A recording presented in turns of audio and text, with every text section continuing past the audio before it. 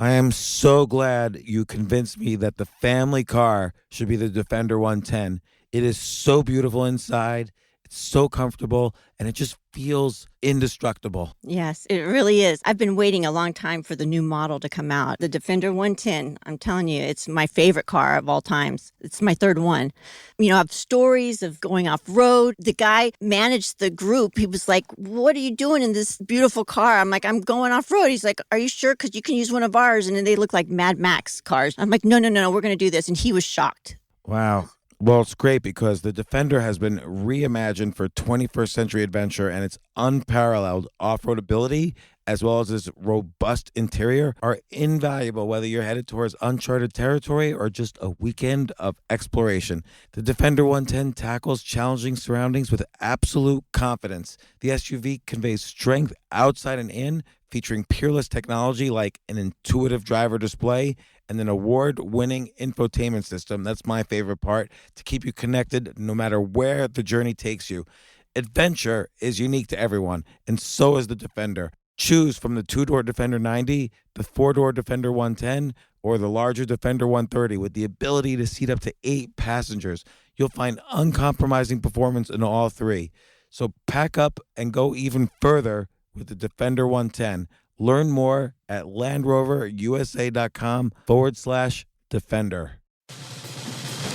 These days, we're all investors, trying to be smart with our money despite our worst impulses. But at iShares, we believe that deep down inside of every investor is a better investor. One that's just waiting to be let out. Explore iShares ETFs and insights and let your best investor out. Visit iShares.com for more information.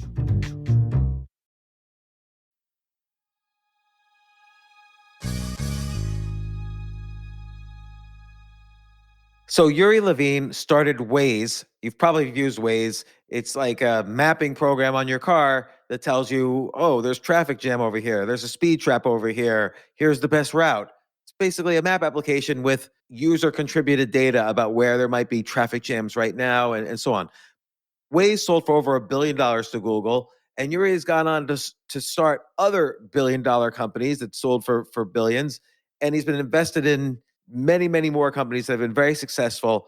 And I have to say, what he wrote, this book is called Fall in Love with the Problem, Not the Solution, and it's a handbook for entrepreneurs. This is the definitive guide to being an entrepreneur. And we're going to go over as many points as possible in the podcast. How do you find the right idea? How do you start your company? How do you raise money? How do you demo your company? He gives story after story about finding the right product market fit. You know, how do you find the right business model? How do you add users? How do you get to 1 billion users? How do you expand to other countries? But he even goes over like terms that you should care about in the deal sheets when you're raising money or when you're selling the company.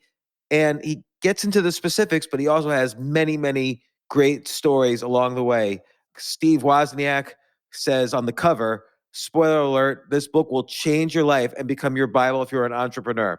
And that's Steve Wozniak, who, of course, is the co-founder of Apple. And it's a great book.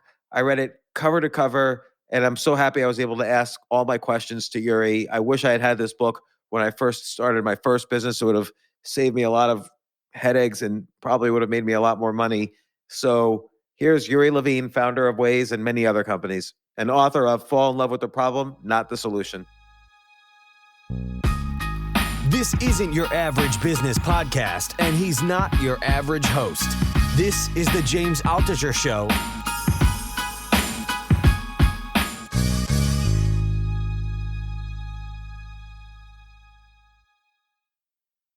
So I wanted to say, like, when I use Tesla and I use Waze at the same time, is that because Waze updates in real time, I can see traffic, I can see what's going on, and then I can see, if I need like different route and this and that.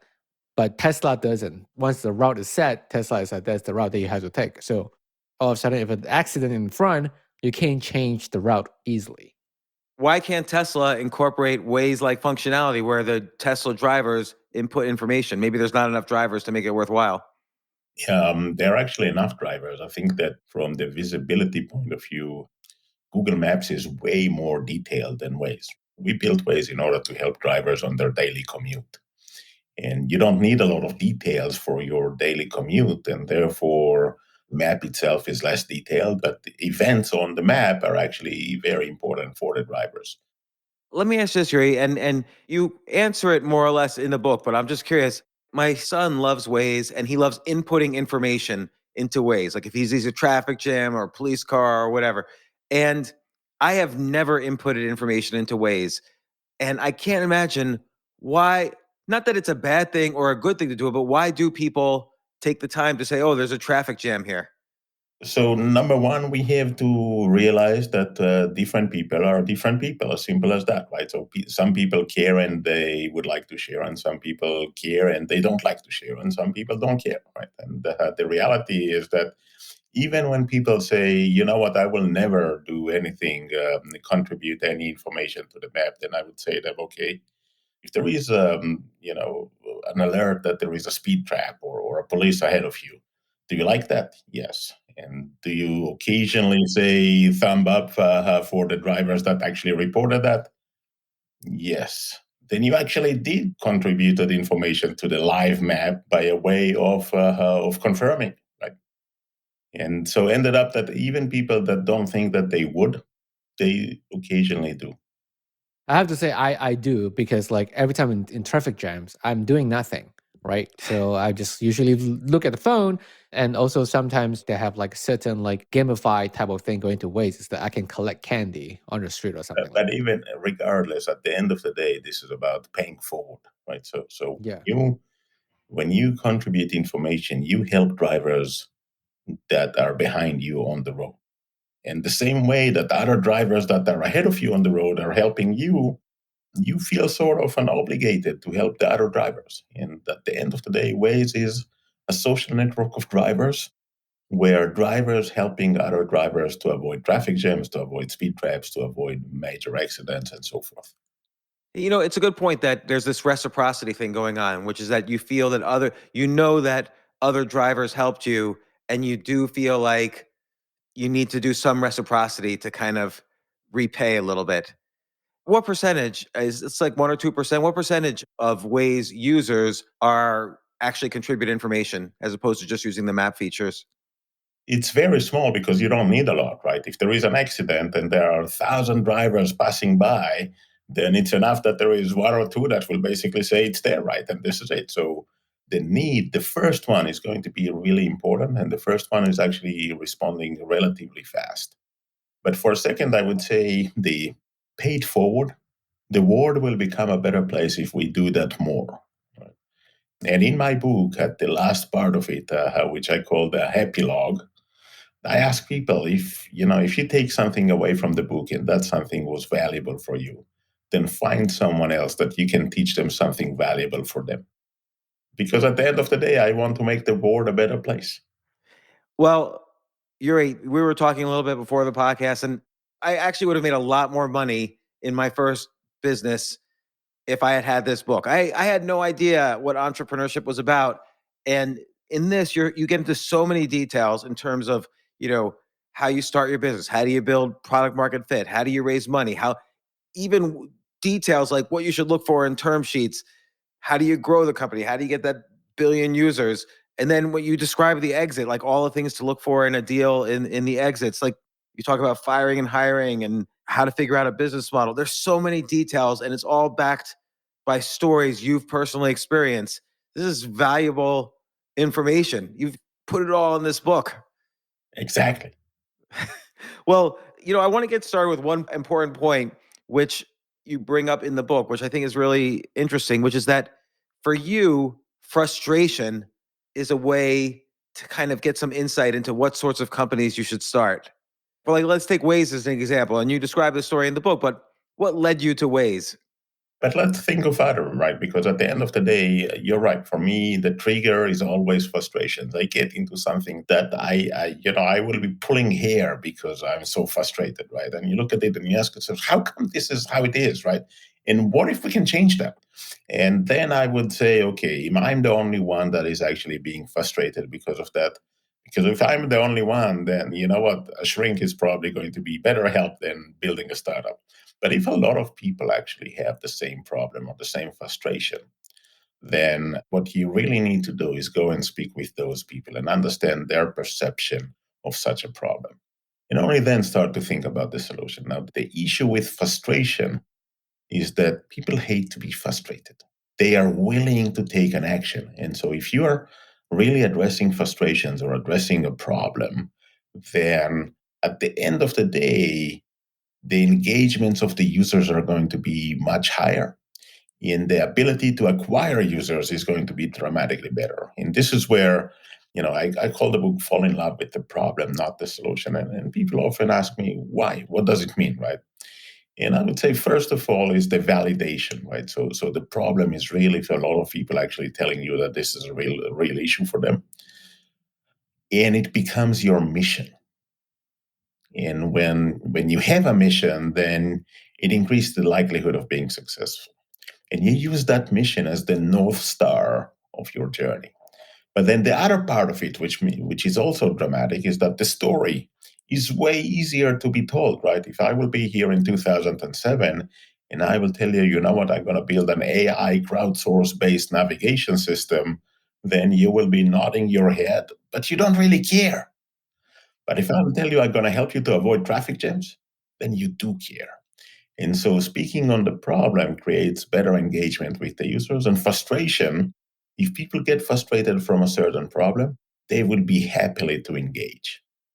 And I like how you say it's your North Star, because that allows you to put up with the inevitable problems that every startup has early on. Like with Waze, it took you several years before you would call it good enough to really solve the problems of traffic jams. But all along, you're able to measure progress because you're not measuring how much AI and how much navigation in this system is there. You're measuring, are we helping people evade more and more traffic jams? Exactly, right? So the North Star creates a journey with less deviation. And with less deviation, essentially you increase your likelihood of getting to the destination, right? And this is really important because when you tell yourself, we're going to help drivers to avoid traffic jams, then you don't care about anything else, right? It helps you to focus. And focus is not about what we're doing, it's about what we decide not to do, right? And so, and throughout the journey, there were people that told us, oh, you should do that for pedestrian, you should do that for taxi drivers, you should do that for truck drivers. You should do that for so many other causes that all of them are good. But we remain focused on one objective, and this is helping commuters to avoid the traffic jams. And so we say pretty much no to everything else. And that kept us focused, and essentially we were able to get to the level of good enough and later win the market. Everything we talk about, you speak in the book, more or less. But when Waze started off, it was a blank page. You weren't buying mapping data from anybody. The users, just by having Waze and GPS, you were constructing the maps as users drove. So why did the first 1,000 users download Waze? So this is, amazing question, because you would say, okay, wait a minute, I downloaded Waze in order to avoid traffic jams. Now, at the beginning, there was not even a map, obviously not traffic jams.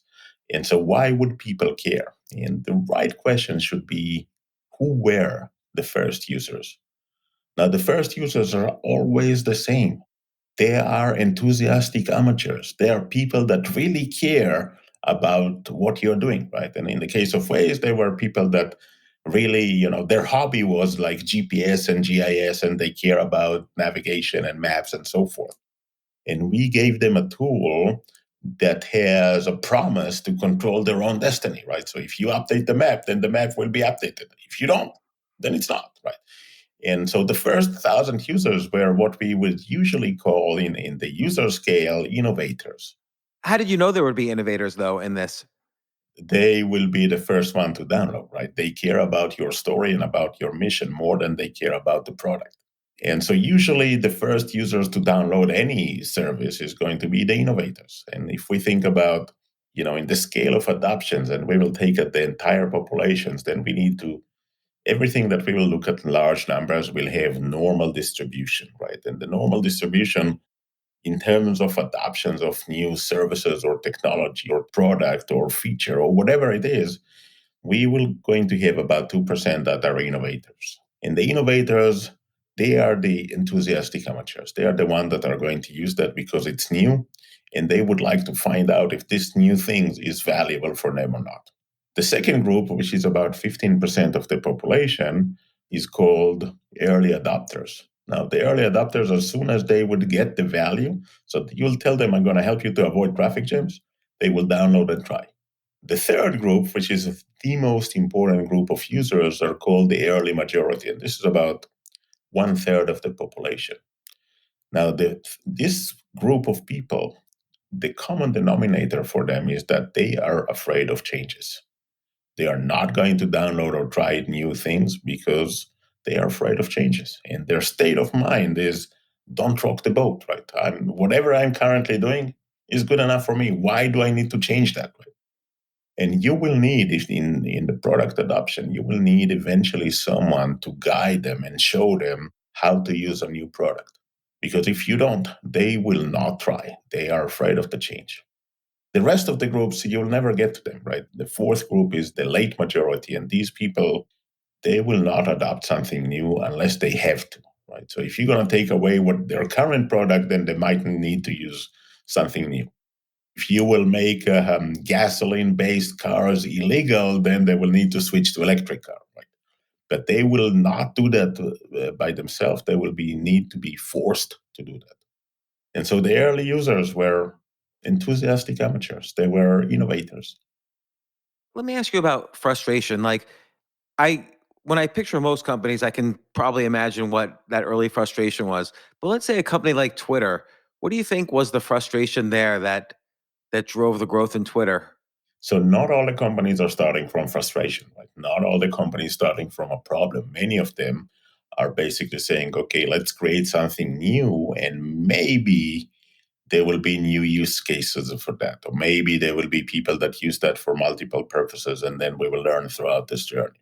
So not all the companies are being started by frustration. Some of them are being started with a vision that this is how the future is going to look like.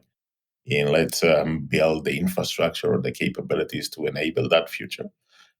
Some of them we are starting from, wait a minute, I can build this new amazing technology and we will try to figure out what to do with it later. You have a great experience as an investor and you've started multiple companies that have been billion-dollar exits.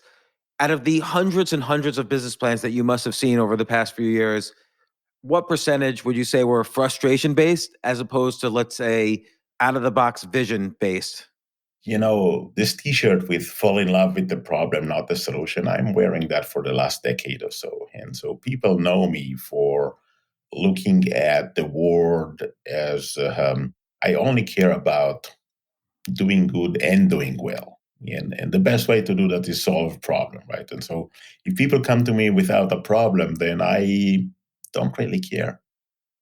And they might be extremely successful. This is one thing that we need to realize. None of us has a crystal ball, right? So we don't know what is going to work. But what I do know is that at the end of the day, my mission, my destiny is about value creation. And the simplest way to create value is solve a problem. Yeah, and then I like how you have lots of different. Well, actually, the first question I wanted to ask was, how do you distinguish between your users and your customers? So Waze, the users are the people who are driving and avoiding traffic jams, but that's not who you're selling to. You ultimately, it's like Google. Is Google a search engine or is Google an advertising agency? Like ultimately, Waze was like a billboard company. Like you sold hyper local advertising to stores so that people would see, promoted pins for stores that were advertising or retail outlets that were advertising. So I guess you were solving a frustration for them was to give them an outlet for better advertising. But do you distinguish between users and customers on your mission towards that North Star? Actually, yes. When we started Waze, we defined what exactly we're trying to do and what are the priorities that we have. And we basically defined employees as priority number one and then drivers as priority number two. And once you have those priorities set up, then it's easy to build a company around that, right? And so even when we built it and the customers and the paying customers are actually advertisers and local businesses, we looked at the way that we kept on asking the users if this is not too much for them, if this is not disturbing them. And the answer that we heard the most, we didn't even notice it. Yeah, it's very unobtrusive on Waze. It's not like this banner that pops up or anything. It's very unobtrusive. And you describe how there's all sorts of business models. You could have charged subscription to the users, for instance, or you could do advertising, or you could have freemium and maybe tiered subscriptions. Did you consider charging subscription to the users? So we needed the users for the ecosystem, right? Because at the end of the day, we, the drivers, are generating all the information that it's being used by the other drivers. So we need a lot of drivers in order to have traffic information. And one of the biggest concern, and this is, by the way, why Waze created their own map, is that if we're going to charge money for that, then we are not going to have a lot of users. If we don't have a lot of users, then we are not going to enjoy a good traffic information, a good actionable traffic information. So it's a flywheel that works, that a lot of users creates better data brings more users, but the price is an issue, right? So it has to be free in order to win the market.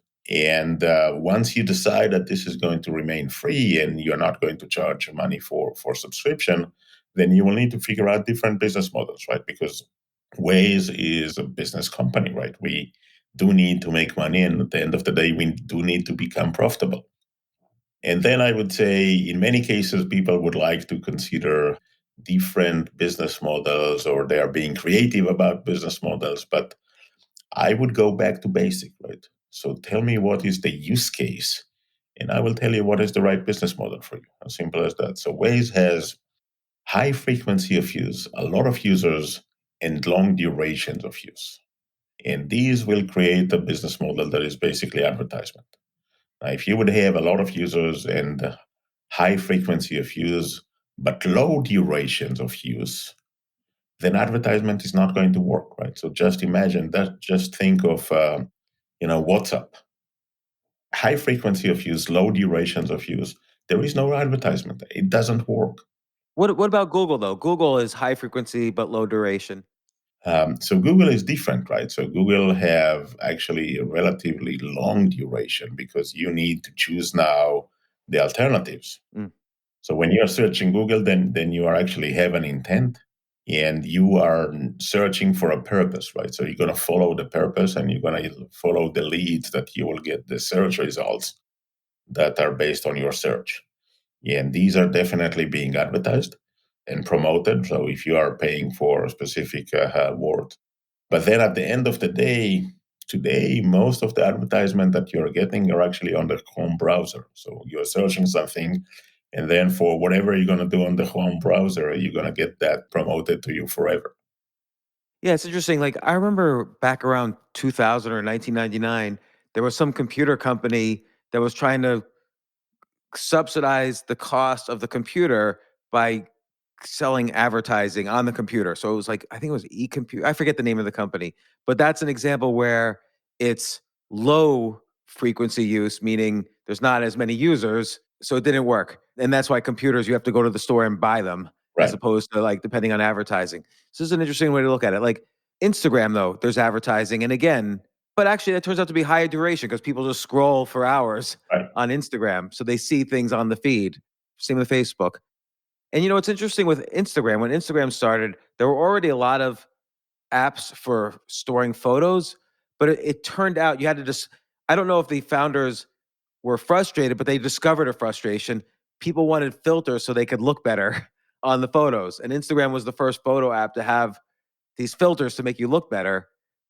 I I don't know wouldn't, if they knew that in advance. but they were first one to become successful, right? So there were a lot of filters beforehand, and trying even to automatically make people look better. But at the end of the day, they were not successful. Was there ever a time when, I mean, you've been involved and you've started several companies that were based on your frustrations, and you outline a lot of these in the book.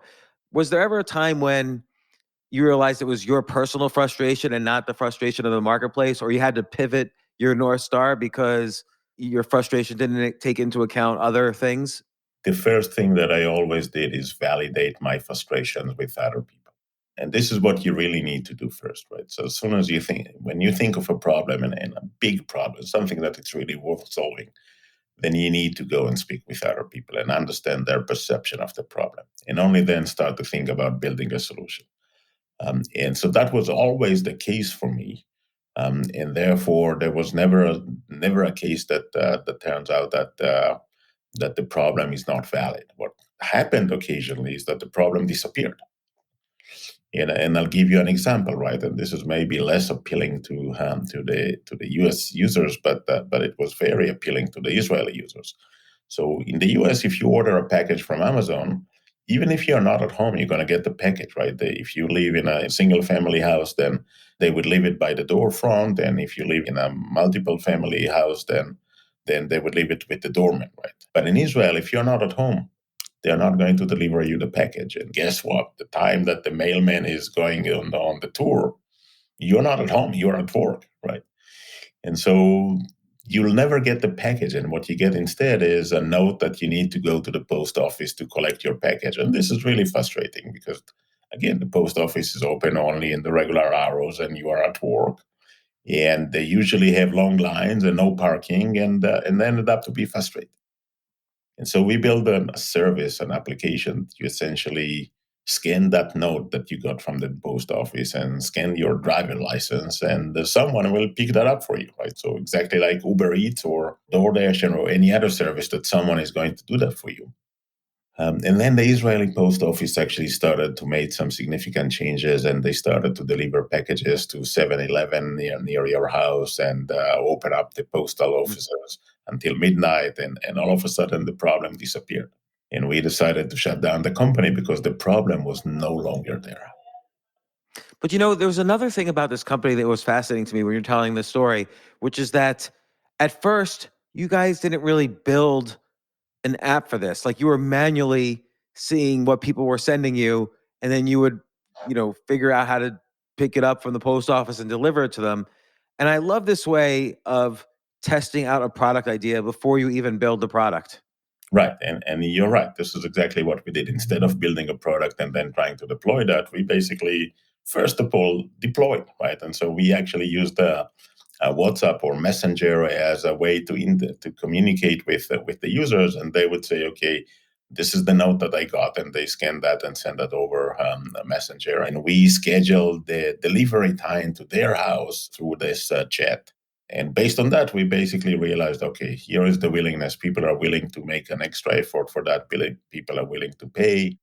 We figure out when people actually like the package to be delivered, and this is after dinner because they're probably already at home and so forth.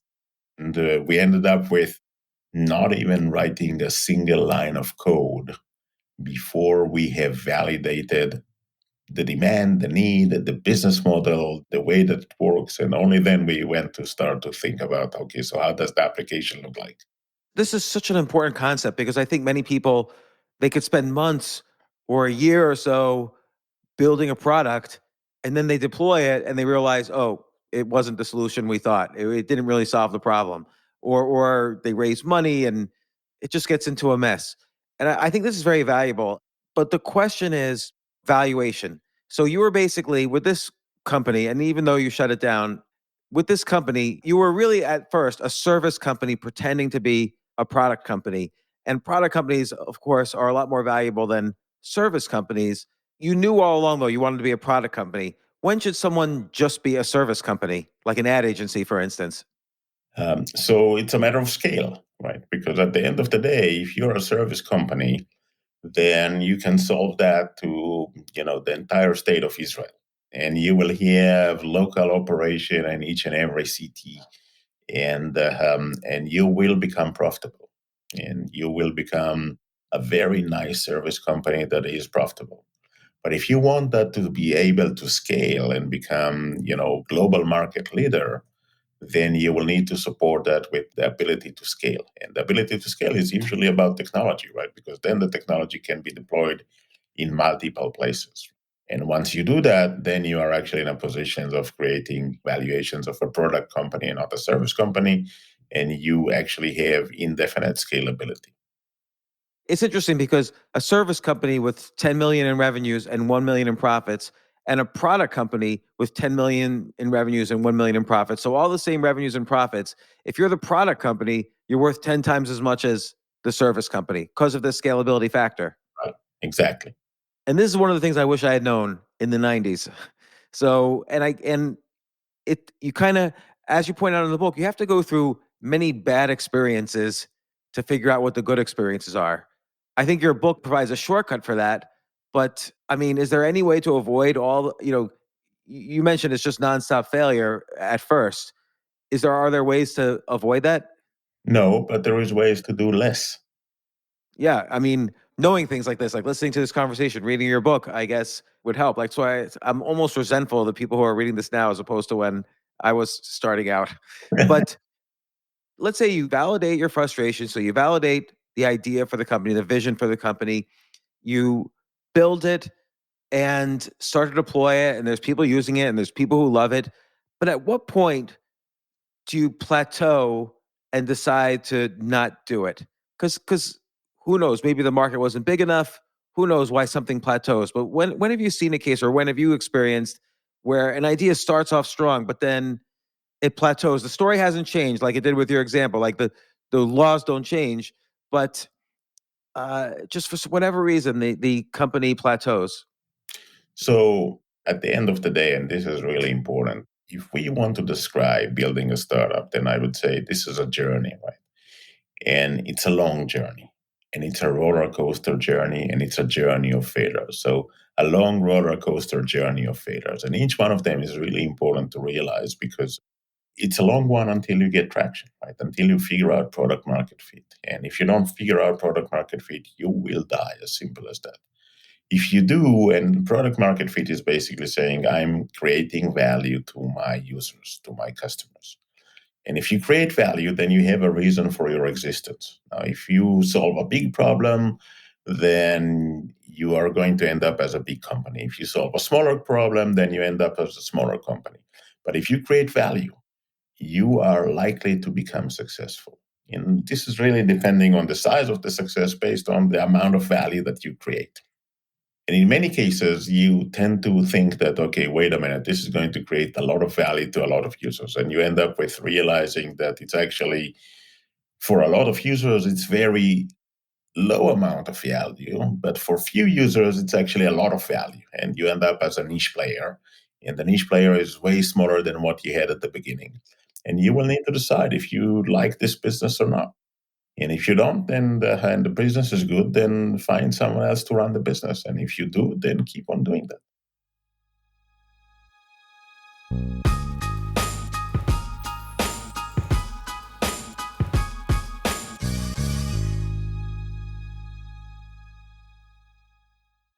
You know what I love about fantasy sports is that even though I'm not going to be a great basketball player or a baseball player or a football player or whatever, I feel like I get to participate and make decisions and use my knowledge of these different leagues or these different sports to compete.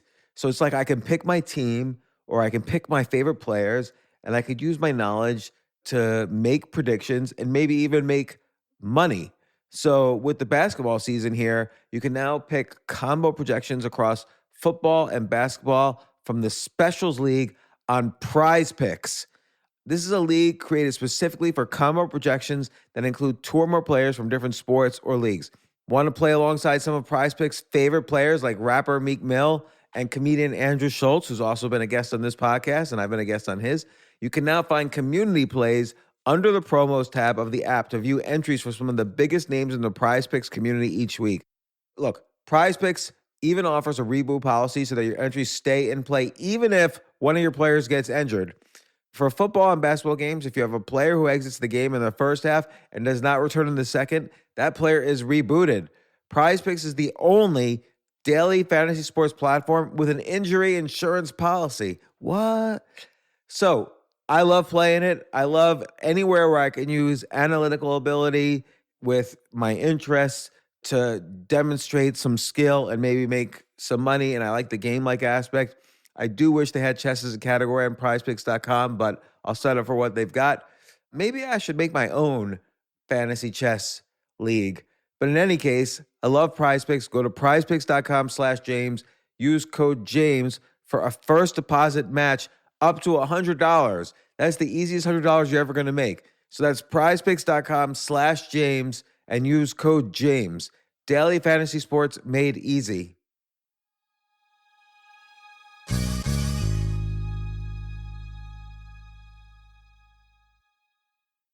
The future of learning is definitely online. Like, it's such BS that you have to spend $200,000 or take $200,000 in loans and go to some fancy school when it's useless. It doesn't guarantee you a job.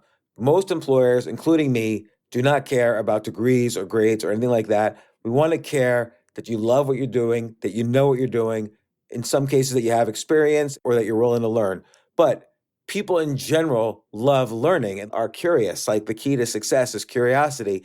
And I think masterclass.com is the perfect model for online learning. I'm really happy they're sponsoring this episode.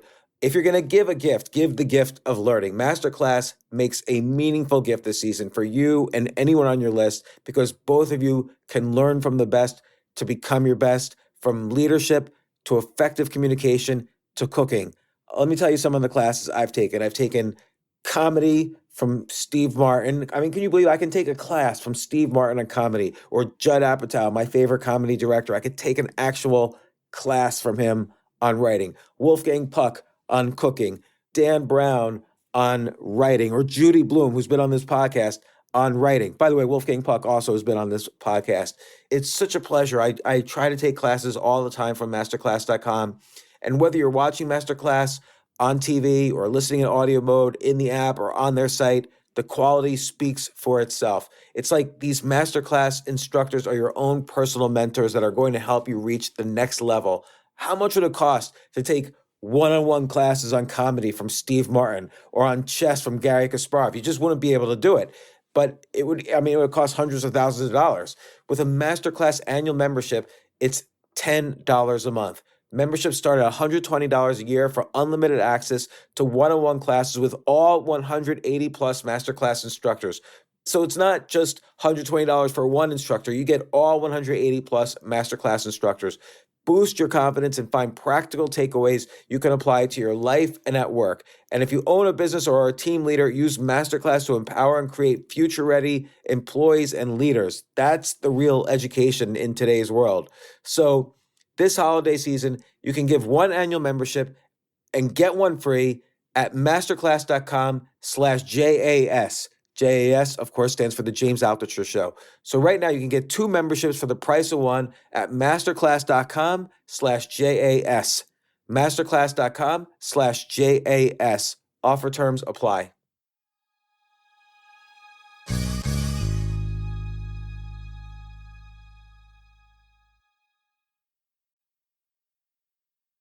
Why do so many people, I call this the smoking crack bias. People start a business, they think it's huge, billion-dollar idea, but when other people see it, or like when I look at it, I'm like, it's not solving any problem at all. It's like a billion-dollar idea in this guy's mind. He's smoking crack about it. Why are so many people fooled into thinking that their idea is the best idea ever? Look, people like their own ideas, right? And for me, then this is why I'm saying fall in love with the problem. You are not going to fall in love with a small problem. If you felt in love with the solution, then you're trying to basically convince everyone that this is a big company. But if people don't have the problem, then it's not a big company, or less likely to become a big company. But like, take Steve Jobs as an example. So nobody really knew before he did it that, hey, we want a phone, a web surfer, and music and movies all in the same device. He had to kind of educate the market that they did want this. And I think a lot of people look to that example and say, I have to educate the market that this is what they want. But that's the opposite of what you're saying. It's much easier to think of a frustration that solves things. That sense, I'm not Steve Jobs, right? There's one of the kind. Maybe Elon Musk is second to Steve Jobs in that sense, that created something that people didn't even know that they want, right? But they have created a masterpiece in the sense that people actually have very high desire to have that. And look, go back to 2007 when Steve Jobs introduced the iPhone, right? At the time, Microsoft was in a leading position in the market for the smartphone. They had the Windows mobile operating system running on Samsung and Motorola and Nokia and pretty much every other phone on the market, right? And when they saw the iPhone, Steve Ballmer at the time, CEO of Microsoft, said, this will never work, right? He said that in other words, but essentially he said, this will never work. And obviously today we are in a very different place, right? And so when revolution happens, we in many cases don't see that it's coming until it's too late. And in many cases, for entrepreneurs, their guidelines or their motto would be first, they ignore you, then they laugh at you, and then they lose. But I really like the model you kind of outline in the book, which is focusing on falling in love with the problem as opposed to, like you said, Steve Jobs was one of a kind. But many people think, oh, this is the way you start a company is you have this vision and then you educate a new market for it. But I think the model you describe, it's a little bit easier to understand why these things are successful businesses. Oh, it's because people are willing to pay to solve their problems. Exactly. And again, Steve Jobs, one of a kind. And Elon Musk, one of a kind. And if people want to think that they are, these types of entrepreneurs that create value, significant value with a vision, it does happen, but not a lot. And you're very careful too. Like, even though you believe in the vision and for all these different companies you're involved in, you believe in the vision and you believe in the size of the market and so on, you're very careful about the metrics you analyze to see that you're progressing towards that North Star. Like, describe some of the metrics you look at when evaluating whether a company you're involved in is on the right path.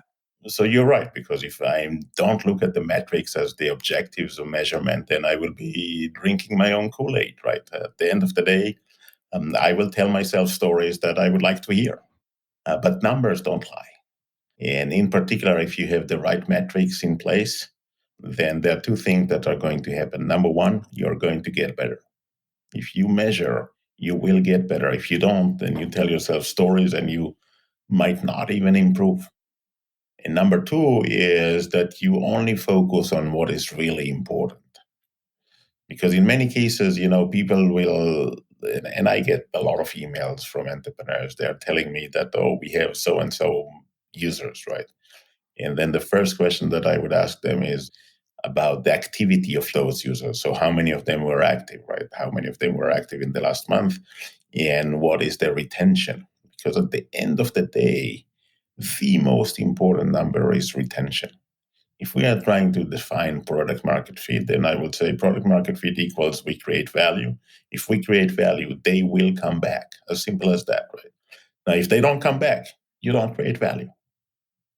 And then retention will become the most significant metric for companies that are in the phase of trying to figure out product market fit.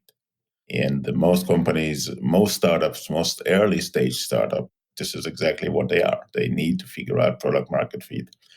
And we want to think about it as, okay, what's the big deal? So it's going to take me 3 months and I figure out product market fit. Well, it takes way longer. In fact, you never heard of a company that did not figure out product market fit. That company simply died. That's it. But when you think of companies that did figure out product market fit, then I want two observations of that are important. So think of all the applications that you're using every day, right? Facebook and Uber and Waze and searching Google and whatever it is, and Netflix. And ask yourself, what is the difference between the application that you're using today and the first time that you have used that? And the answer is that there is no difference. We are searching Google today the same way that we search Google for the first time in our life. We are using Waze today or Uber today the same way that we did for the first time. So once you figure out product market fit, you don't change that anymore. You don't change the value that you bring to your users. You change a lot of things on the background. You create business model, which is completely different. You do other things, but you don't change the value proposition to the users. The journey from when you started until you got to product market fit is a long journey. And that could be years, right? That was 3.5 years for Waze. That was 5 years for Microsoft. That was 10 years for Netflix, right? That was years for Google, years for every product that you want to think of. It was a matter of years until they become good enough. And they become good. When you become good enough, then the retention is high and people are coming back. And so with Waze, I'm trying to understand more precisely the product market fit. So you knew though the product was going to be something that was maps plus, like you say, a social network for drivers, a way for drivers to inform each other of traffic jams or police cars or speed traps, whatever. So that's the product. The market is the universe of all drivers. It seems like you knew right away the product market fit. Oh, what you know and how to get there is two different things, right? So we knew what is it that we are trying to achieve, but getting there is a journey of failures, right? So we started in Israel, and then it turns out to be beautiful. Working in Israel actually was pretty good, and we said, okay, wait a minute. We started in Israel from a blank page. There was not even a map, right? And so we can start anywhere, and that will become good enough the same way that we did in Israel. And so in 2010, we actually made Waze available everywhere in the market, and we promoted that with the story that we are going to help drivers to avoid traffic jams, right? So this is a good enough story for every driver to basically say, okay, wait a minute, I like that, let me download it. And again, as I mentioned earlier, it's only going to be the early adopters that will be downloading it at the beginning. And then it turns out that it's not good enough. And you will try to get a route from going from your home to your office, and the route didn't make sense. And so you basically say, wait a minute, this is a piece of crap. I'm not going to use that. And you churned. And what we have seen is that we really have very, very low retention in multiple places, right? So it was not good enough in the US. It was not good enough in Western Europe. It was not good enough in most of Latin America. It was not good enough anywhere, right? It was actually good enough in 4 places, in Latvia, in Czech Republic, in Slovakia, and in Ecuador. And that's about it. And so what you do is you realize that it's not good enough, and you go and speak with drivers that will tell you what doesn't work for them, right? And so we heard them, and we built the next version, and we know that this next version is actually addresses all the issues that we've heard. And we know that this is it, and it's not. So we're doing it all over again, right? So we speak with the drivers that tell us what doesn't work. We try, we build the next version. We know that we have addressed everything, and it's not. And again and again and again, iteration after iteration, each time you go with the conviction that this time it's going to work. And it was a whole year of iterations trying. In some of those iterations, you make baby step forward, right? So you improve by basis point the retention, right? Not by 10% or 20%, but by a basis point. In some cases, it actually turns out to be even worse than before. There were a few leapfrogs that actually made a difference. And the challenge is that you don't know which one is going to be the leapfrog, right? If you would know, then do them up first, right? A journey of failures, iterations after iteration after iteration after iteration, until it's starting to become good enough. And then when it starts, then you see that it's working beautifully, right? Because of the flywheel that creates value as it's starting to become good enough. And then it started to become good enough in LA, and then in San Francisco, and Atlanta, and Washington, D.C., and New York, and Chicago, one metropolitan after that. And in Europe, that was, one country after that. Or it was Italy first, and then Netherlands, and Sweden, and Spain, and France, and one country after that. What was the big difference? What was the biggest leapfrog? There were multiple leapfrogs, right? But one of them is a bit complex, because when navigation system looks at the map and the commuter is being represented as a graph, so there are segments which are roads, and then nodes which are the intersections, right? And for each one of the intersections, we knew all the information that you have in an intersection is which turns are allowed. Now, because the map was crowdsourced, we did not have all the turns. And so all navigation systems in the world, they basically use the data, and based on the data, they will say, if the turn is not allowed, then it's not allowed. And we switch the concept and we basically say if the turn is not allowed, we don't know if it's not allowed. So we will assume that it is allowed unless you don't turn. That's interesting. So I guess probably more turns are allowed at intersections than not. So probably the statistics of turns is that most turns are not against the law or whatever. Right. And 99% of the cases, turns are allowed. see, so that makes a big difference. Yeah. And did you consider licensing navigation data during this period or map data? We couldn't, right? Because navigation data is very expensive data. And if we would license that, you pay a lot of license for something that you want to give away for free. It doesn't work. Yeah, because then you need the business model to support it. Exactly. And then the only business model to support it was that you are going to have paying subscribers, right? And then you don't have a lot of users if you have paying subscribers. Right. So you wouldn't be able to later replace it with your home built data.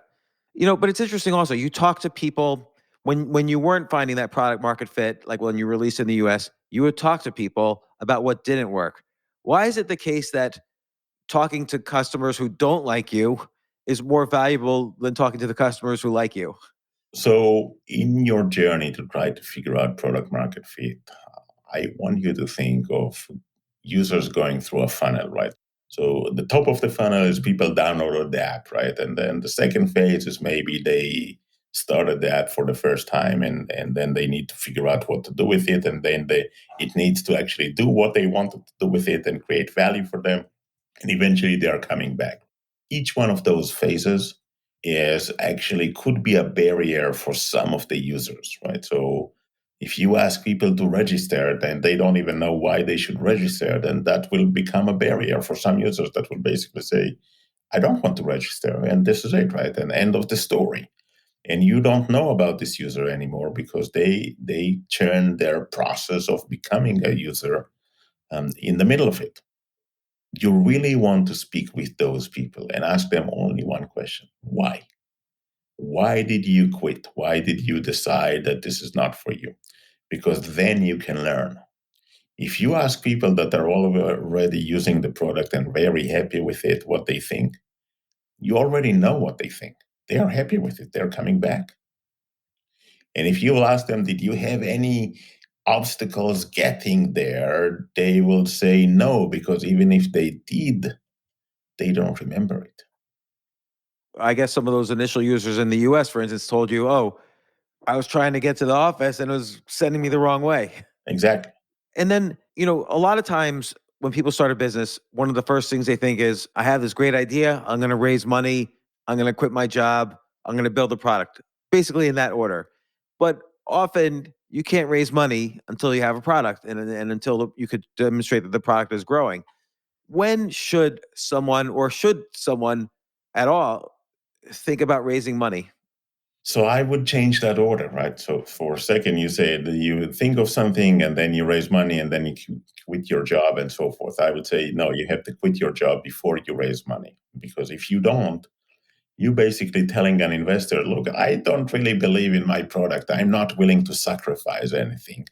But if you are willing to sacrifice your money, then I'm willing to hop on the wagon, right? And the reality is that you will need to make the leap of faith before you can actually have, bring other people on board, before you can be able to raise capital and so forth. And this leap of faith, my recommendation, it should be based on validations of the problem.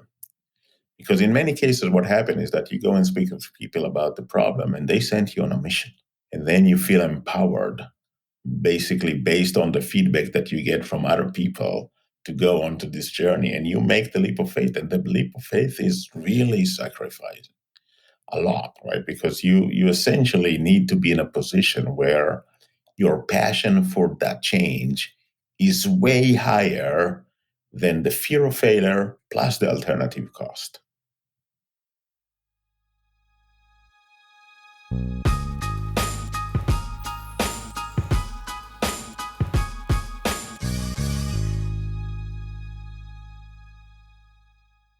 Oh my gosh, I love these clothes. Mizzen and Main. That's Mizzen and Main. It really is the most comfortable work clothes. travel clothes. I had to travel this whole week. I'm traveling for a week and a half, and I just took Mizzen and Main clothes with me. Close out 2023 in style with comfortable, breathable, packable, and machine washable pieces from Mizzen and Main.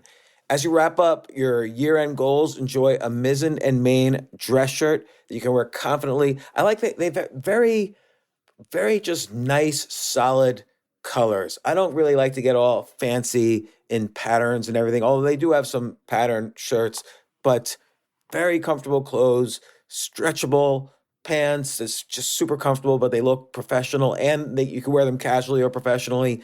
I like some of their flannel shirts or untuck shirts. I love untuck. I never tuck in. So again, whether you're shopping for a special someone or giving yourself the gift you really want, I just buy myself gifts. Mizzen and Main is the perfect gift for any guy who works, travels, and or cares about looking and feeling great. As you could tell by my many photos across the internet, I care about looking fantastic. I'm practically a model. And let's be honest, every guy loves to look great. So again, shop now at mizzenandmain.com and save 20% when you spend $130 or more using promo code James. That's promo code James at Mizzen and Main, Mizzen and Main.com.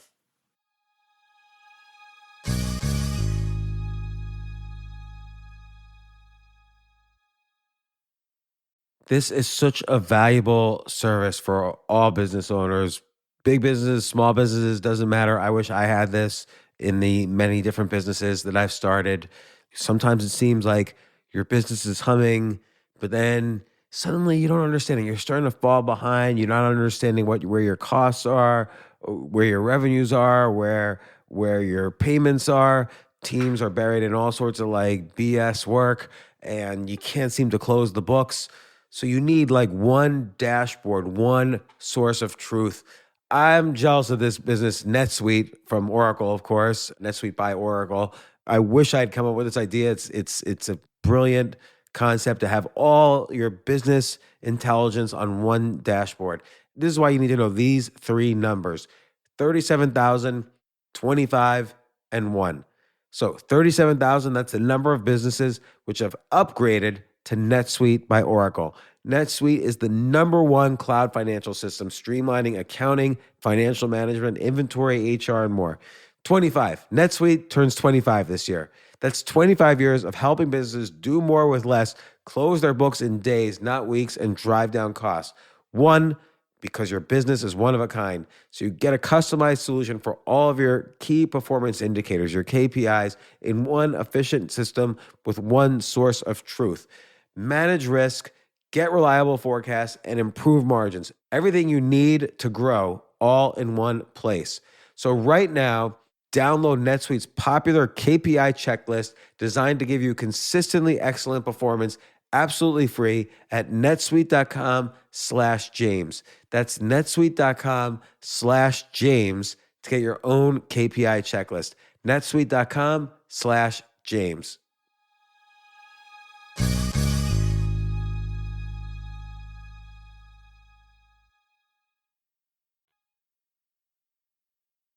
You worked for some earlier tech companies before you started Waze, so maybe you had a little bit more flexibility.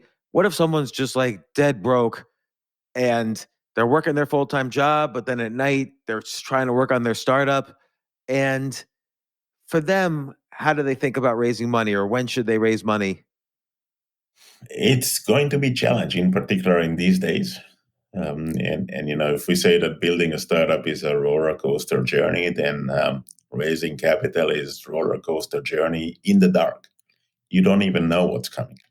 But at the end of the day, look, with your passion and commitment, and you might be able to convince investors to invest.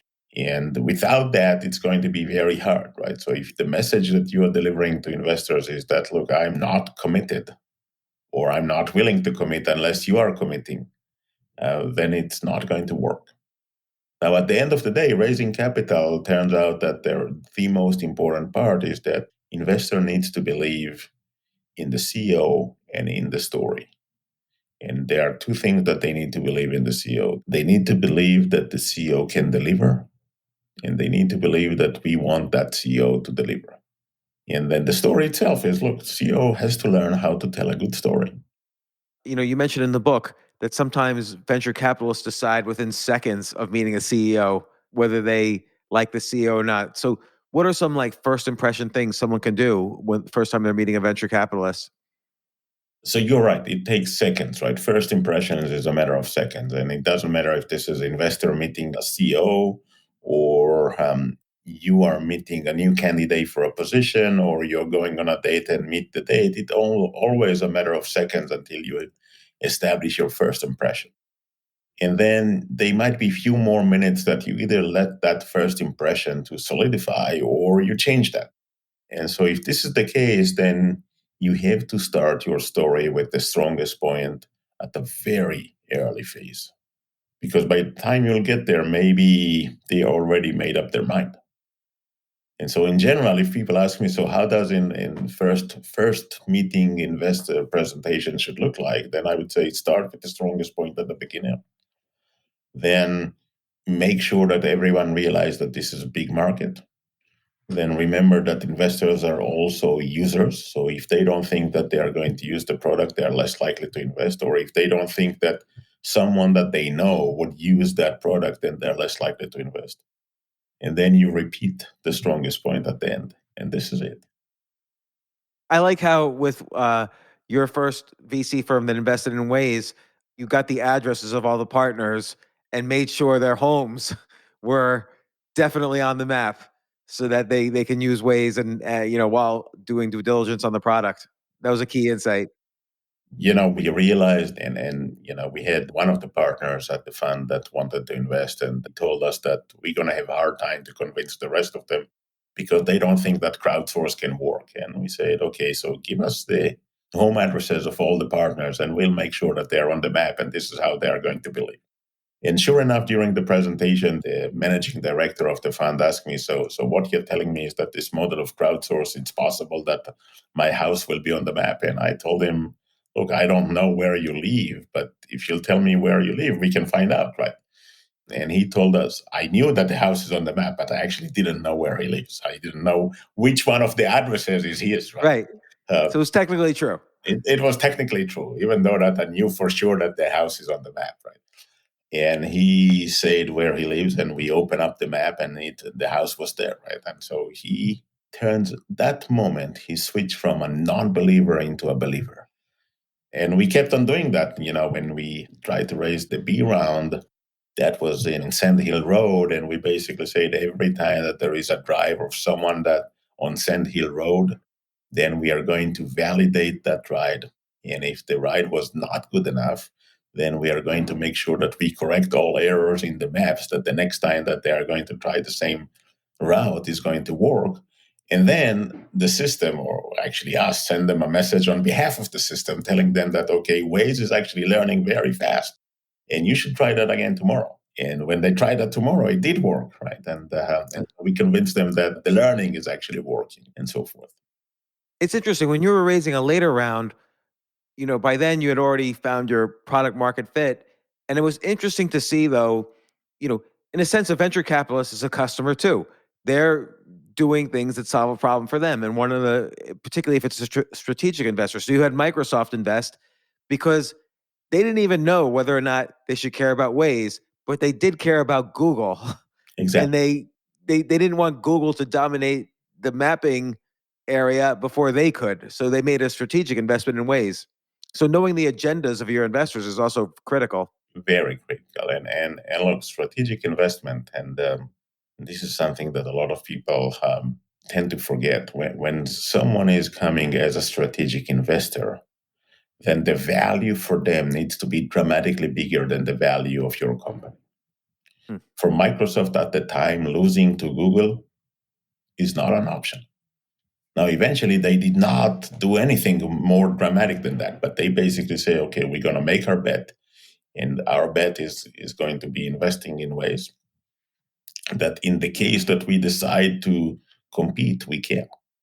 In their deal with you, did they have a right of refusing acquisitions? Because Google ended up buying you.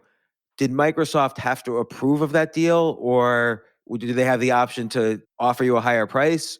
They must have built something in to make sure their competitor couldn't just automatically buy you.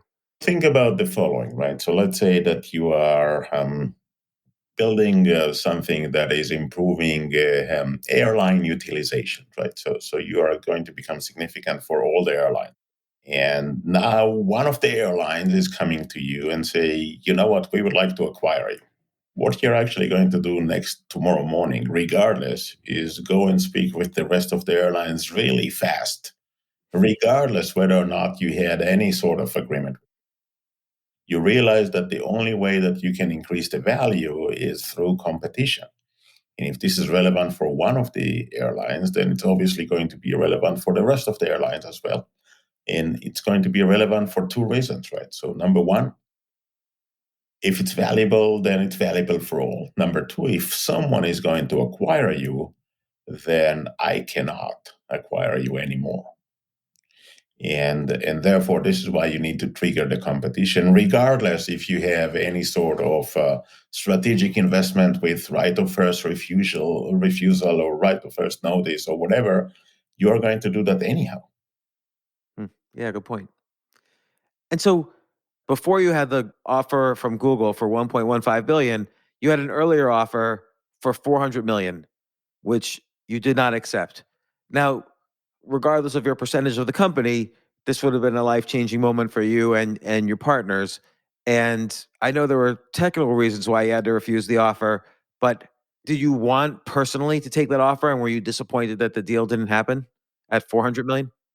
I thought that we already had dialogues about raising capital at a higher valuation than that. And so obviously we all thought that this is a discouraging price and not an encouraging price. And even though that it meant a life-changing event for all of us, that was not the right price. And so we said no. But you also had that example from 1999 where, again, valuations were over the hill, ridiculous. But you had a friend who had an offer for some huge amount of money that would have changed his life, and then ultimately, then the internet bust. He didn't take it. An investor talked him out of it. He didn't take the deal, and 6 years later, he sold and didn't make anything. Because of liquidation preferences. So, how did you know you weren't falling into that trap? So the right answer, do you want the right answer or the correct answer? Probably both. Depends what the answers are. The reality is that you don't know. You simply don't know. Yeah. And every time that there is a proposal, then I would urge you to seriously consider it. But you don't know. And when we make a decision, we don't know what would have happened if we will make a different decision or choose a different path. And this is true for all the decisions that we are going to make in our life. They are right decisions or no decisions. Now, at the time, it looks like we are growing really rapidly. We figure out, so this is the end of 2012. We in 2012, we grew faster than the entire industry combined, right? And so we look at it and we say, okay, we haven't figured out business model yet, but we figure out growth, and this is word of mouth. We figure out product market fit because people are coming back. We are definitely on a pace of becoming the market leader in the driving app. We have one competition, which is Google, and that means that we will have a lot of opportunities for being acquired by someone else, and therefore we should say no to a valuation that we didn't like. And it turns out to be working for us, right? But at the same way, it could have been the last offer that we ever got, and we will end up with completely unsuccessful. And then I would write a different book that's saying how not to say no, right? Yeah. And when you finally did the deal, and obviously this was a life-changing moment, how did it change your life? So people would like to think that, okay, wait a minute, so you sold a company for $1 billion, so why didn't you retire, right? And I said, no, I just now got some funding that I can actually keep on with my dream and make a bigger impact and fund more startups. And so this is one part of it. The other part of it is that, people would like to think, okay, wait a minute, you sold a company for $1 billion, then obviously somewhere in one of your pockets, you must have $1 billion. But no, I had less than 3% of the company at the day of the acquisition. And then you pay taxes, and then you get divorced, and you ended up with way less money than what people would like to think. And still half of my money was reinvested in different startups. Well, obviously, you have learned so much from the process. This book, Fall in Love with the Problem, Not the Solution, a handbook for entrepreneurs, I want to repeat, it's not the story of Waze. It's not one story about entrepreneurship. You have so many sections, like very specifically, like how to do a demo, how to do a slide deck, how do you do a presentation, how do you evaluate a term sheet, what metrics do you use to measure the growth of your company, how do you manage investors, fire people, hire people, even the exit, what deal terms need to be negotiated for the exit. This is such a valuable guide. It really is. Like the subtitle, A Handbook for Entrepreneurs, is just as powerful as the title. It's completely an A to Z handbook for entrepreneurs. Uri Levine, co-founder of Waze. The book is Fall in Love with the Problem, Not the Solution. Thanks for coming on the podcast. Good luck with the book. It's a great book. And thanks for writing it. I wish, again, I had this book a long time ago. Thank you. And you say that, and when I approached Steve Wozniak, co-founder of Apple, to write me an endorsement, he read the book and he said, "I wish I had that when I started." Yeah, a lot of people are going to be saying that in the next, few weeks and months and maybe years. So good luck as you go on this journey of book publishing. Thank you.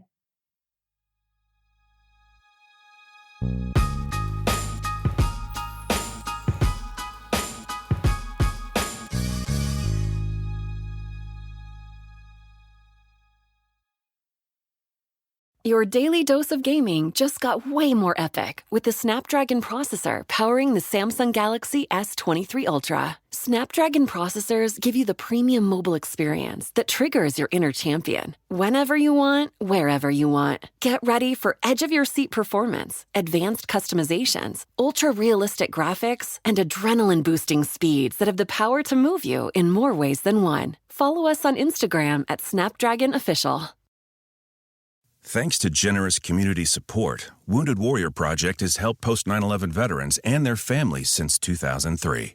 Through no-cost physical and mental health services, legislative advocacy, career assistance, and life skill training, we're there every step of the journey. It's possible to feel understood. To get support when it's needed most. And now I know anything is possible. And we're just getting started. Learn more at woundedwarriorproject.org/together.